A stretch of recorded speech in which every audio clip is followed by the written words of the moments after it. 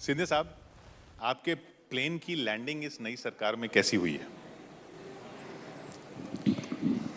देखिए, सफ़र सुरक्षित रहे, अमन चैन का रहे, ये हम सब की जिम्मेदारी है। और मेरे लिए तो मैं अगर कहूँ आपको कि एक भावनात्मक क्षण भी था, क्योंकि इस मंत्रालय का प्रभार मेरे पूज्य पिताजी ने भी संभाली थी। तो एक बहुत बड़ी जिम्मेदारी प्रधानमंत्री जी के द्वारा और पार्टी अध्यक्ष जेपी नड्डा जी के द्वारा और गृह मंत्री के द्वारा मुझे दी गई है, और उसे पूर्ण निष्ठा के साथ, पूर्ण भावना, कर्तव्य के भावना के साथ निभाने की कोशिश कर रहा हूँ पिछले 1 वर्ष से।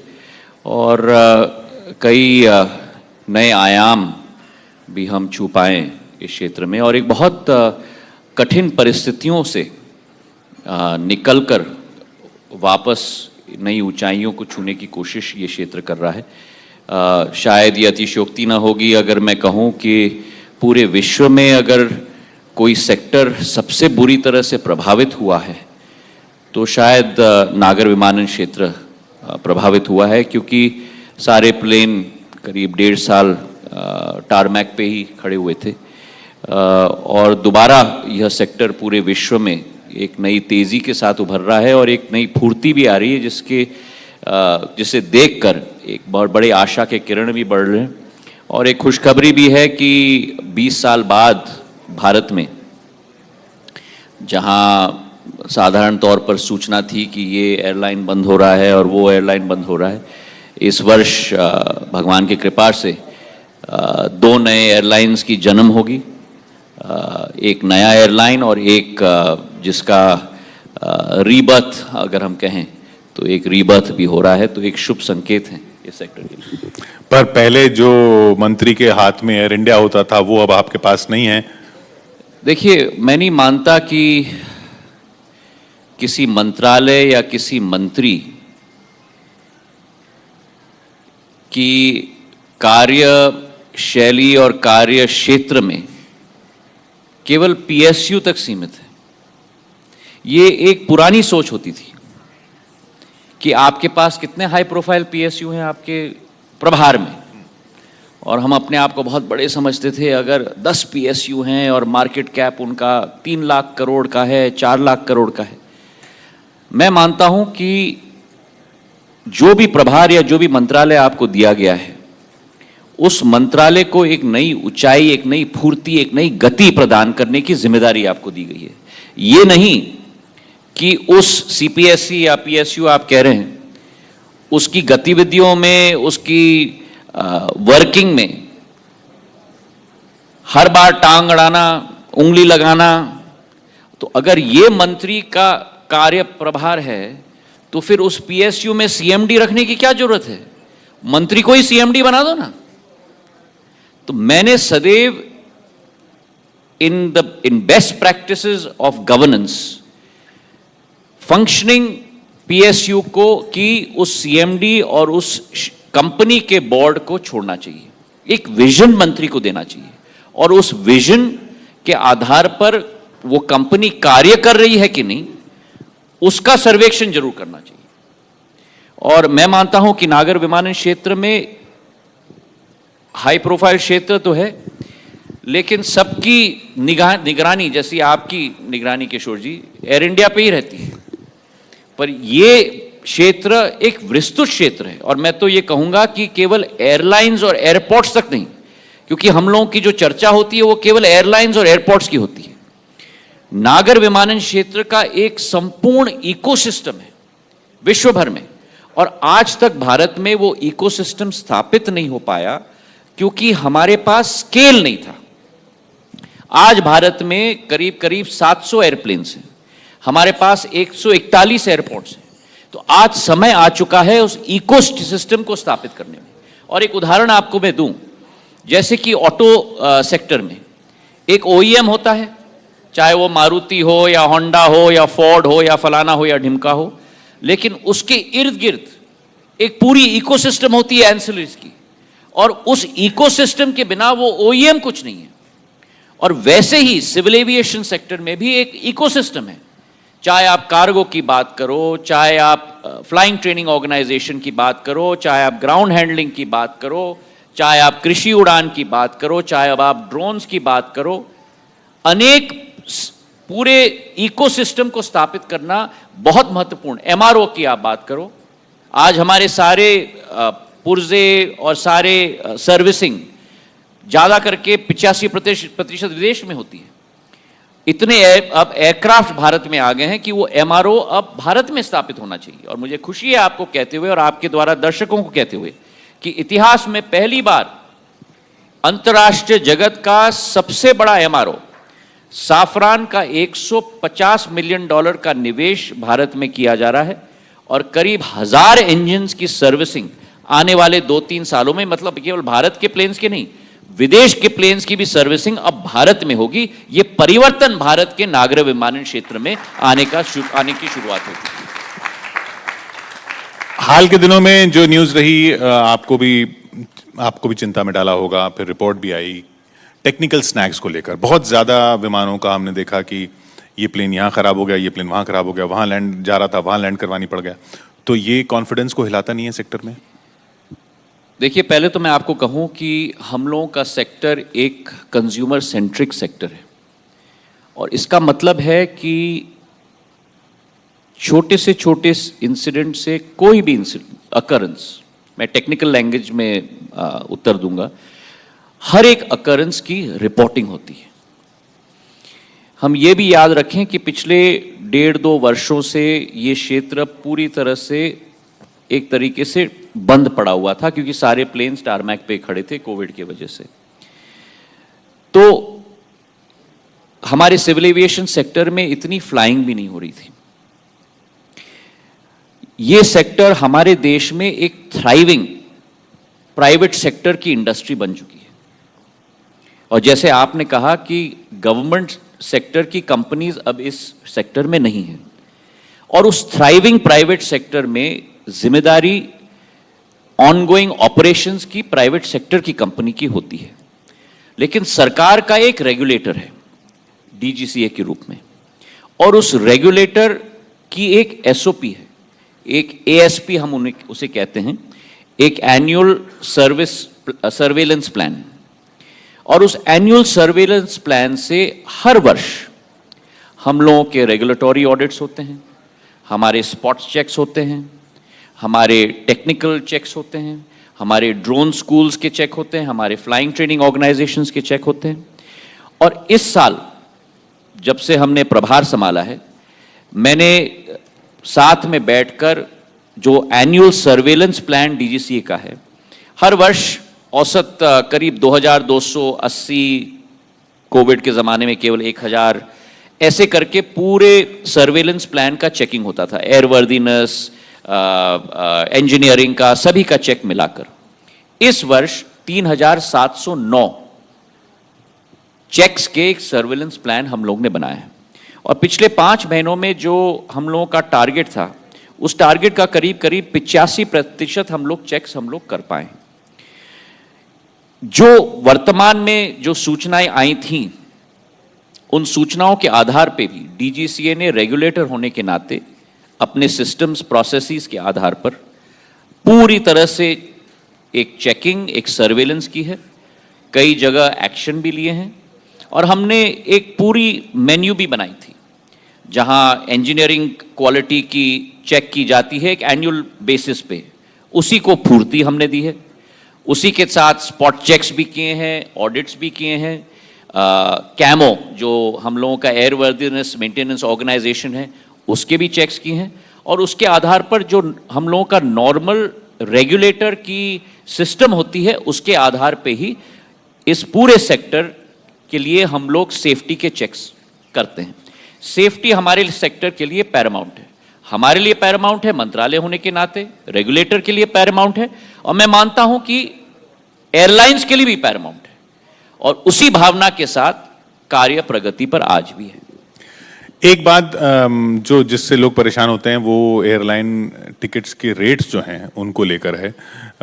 ये कहा गया था कि भाई हवाई चप्पल वाला भी हवाई जहाज में जाएगा, अब वो हवाई जहाज में जो जा रहा है वो हवाई चप्पल में आ जा रहा है, ऐसे टिकट हो गई। देखिए, दो चीजें इसमें मैं उत्तर में आपको समझाना चाहता हूं। पहले तो मैं आपके साथ पूर्ण रूप से सहमत नहीं हूं, और इसलिए मैं आपको बताऊं, हवाई चप्पल पहनने वाला भी हवाई जहाज में उड़े, ये उड़े देश की आम नागरिक योजना के तहत प्रधानमंत्री की विचारधारा और संकल्प थी। और आपके समक्ष मैं दर्शकों को भी बताना चाहता हूं, उड़ान सबसे सफल योजना भारत में हुई है जहां वायबिलिटी गैप फंडिंग के आधार पर हम लोग किफायती टिकट्स पूरे देश में हम लोग बेच पाए। और ये आपको बताते हुए मुझे हर्ष भी है कि उड़ान योजना के तहत आज करीब 2 लाख फ्लाइट्स देश में उड़ पाई हैं, और उन 2 लाख फ्लाइट्स में करीब 1 करोड़ हमारे देश के नागरिक, जिसमें से कई लोग जिन्होंने कभी भी उड़ान में अपना पैर नहीं रखा था, हाथ नहीं रखा था, उन लोगों को नागर विमानन क्षेत्र के द्वारा एक जगह से दूसरी जगह जाने के लिए सहूलियत मिल पाई। बात आपने की टिकट्स की, 2 बातें आपको इस विषय में समझाना चाहता हूं। पहली बात कि हम लोगों की जो नागर विमानन क्षेत्र है विश्व भर में, ये एक सीजनल बिजनेस होती है। अगर आप देखेंगे अप्रैल मई से जून तक, जब बच्चों की छुट्टियां होती हैं, हॉलिडे सीजन होता है, बड़ी तंगी होती है और डिमांड बहुत बढ़ जाता है। उसके बाद जब वर्षा ऋतु आ जाती है तो डिमांड, जिस वातावरण में हम लोग अभी हैं, तो डिमांड पूरी तरह से स्लैक हो जाती है।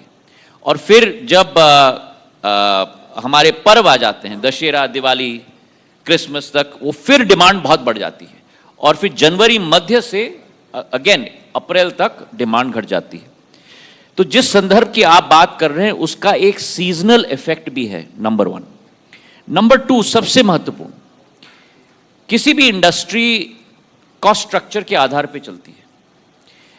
आपको आश्चर्य होगा ये जानते हुए कि एयर टर्बाइन फ्यूल जो ईंधन है सिविल एविएशन सेक्टर में, वो कॉस्ट स्ट्रक्चर का करीब 40% अंग होता है। एयर टर्बाइन फ्यूल जो 1.5 साल, पौने 2 साल पहले 53,000 रुपए प्रति किलोलीटर होता था, वो एयर टर्बाइन फ्यूल प्रति किलोलीटर 1,41,000 तक पहुंच चुका है। मतलब आप मानो कम से कम 3 गुना बढ़ोतरी हुई। और ये बढ़ोतरी एक्सटर्नल फैक्टर्स की वजह से हुई है। आप सब लोग भली भांति परिचित हैं, यूक्रेन का वॉर, रशिया का ऑयल सप्लाई का प्रॉब्लम, जो इंटरनेशनल ऑयल प्राइसेस बढ़ी, उसके तहत एयरलाइंस की कॉस्ट स्ट्रक्चर का भाग ये जो 40% होता था, अब ये 50% हो गया है। लेकिन मैं ये भी आपको बताऊं कि वो बर्डन एयरलाइन कंपनी सीधा उपभोक्ता पर पास ऑन नहीं कर सकती। क्यों? क्योंकि ये हमारा सेक्टर बहुत ही प्राइस इलास्टिक है। उदाहरण के तौर पर अगर 10% दाम बढ़ाया तो 10% से ज्यादा डिमांड घट जाता है, तो जिसके आधार पर एयरलाइंस को इसे अपने आप बेयर करना पड़ता है। टिकट के दाम जरूर इसके वजह से भी थोड़े बढ़े हैं, पर जैसे आज हमने देखा है कि एटीएफ की प्राइस भी करीब 15% करीब घटी है, करीब 1,21,000 तक।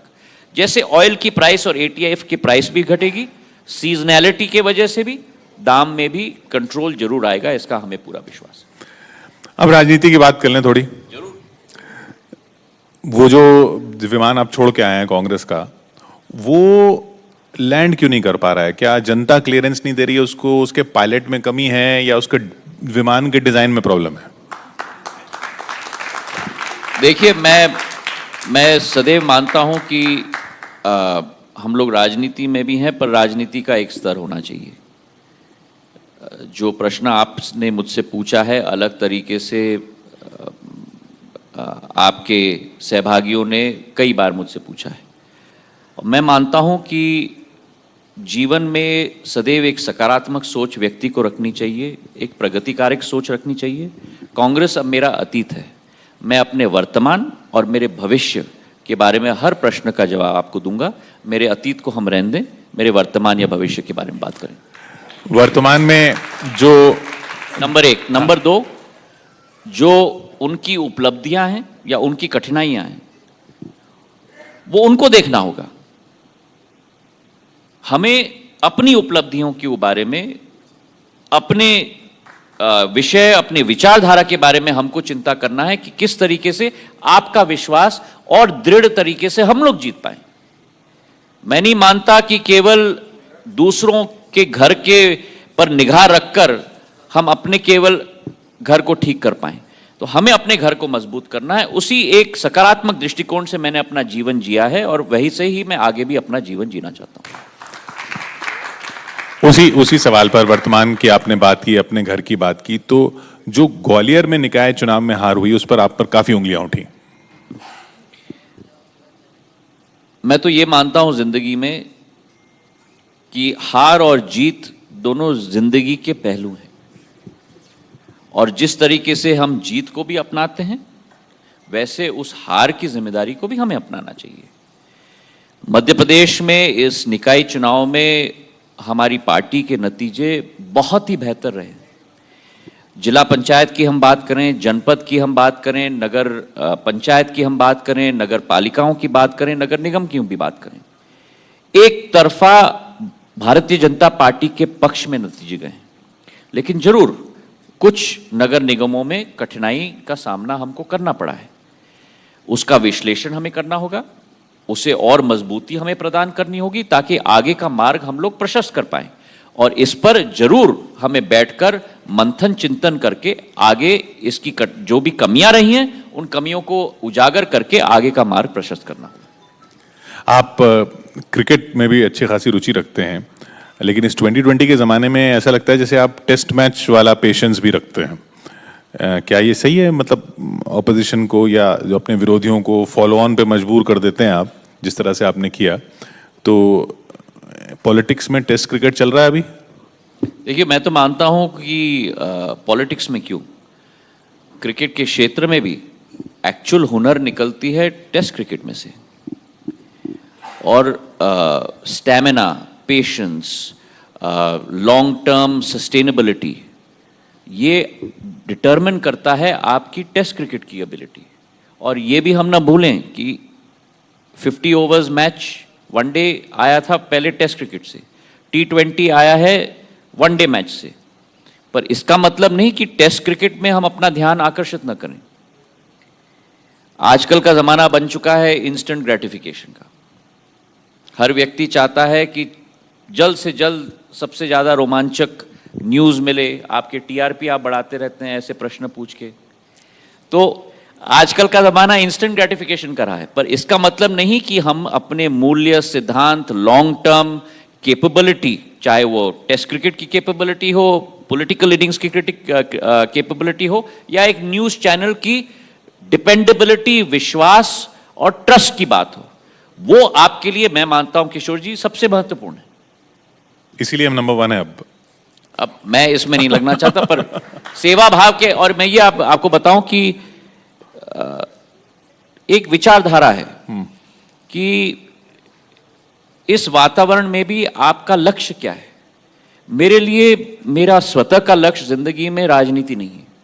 मेरा